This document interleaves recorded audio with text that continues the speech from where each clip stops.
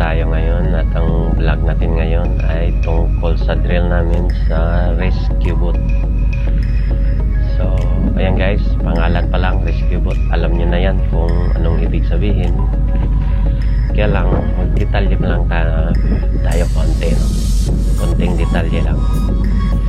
Kasi guys, yung rescue boat na yan, ang ginagawa talaga namin yan ay yun ang ginagamit namin pang rescue kung sakaling may mga malaglag na crew namin or kahit mga hindi crew namin, mga sa ibang barko na madaanan namin, sakaling may nalaglag na barko nila, makita namin, ay re-rescue namin yan. Gamitin namin ngayon itong rescue boat namin.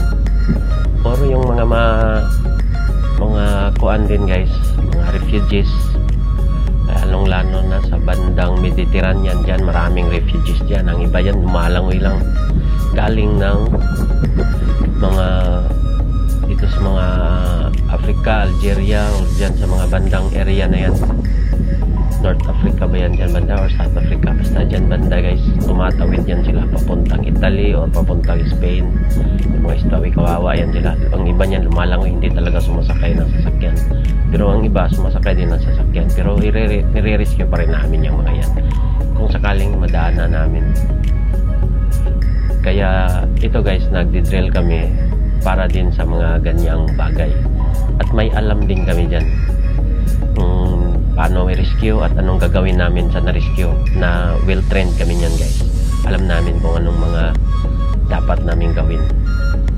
Kaya ngayon guys, titingnan natin yung ginawa naming pag-testing lang, kasi ginawa namin ngayon sa rescue boat is testing lang, nilower down namin, at yung execution, mga kumbaga sa drill talaga, mga kumbaga 80% yung ginawa namin drill doon. Yung iba kasi yung pakay lang kasi namin, matesting lang siya, mapatakbo, at saka yung makina ay gagana ba at mapabalik ba namin pataas yung rescue boat. Kaya let's go guys, tingnan natin yung pag testing namin itong sa rescue boat namin. Let's go.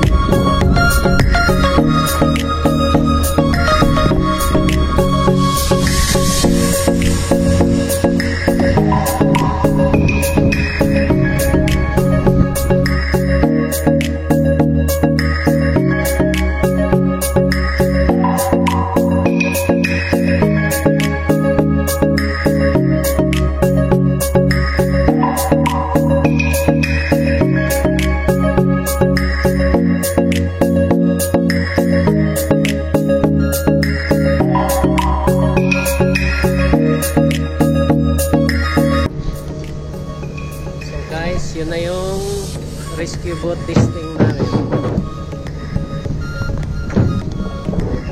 Yan, secure na.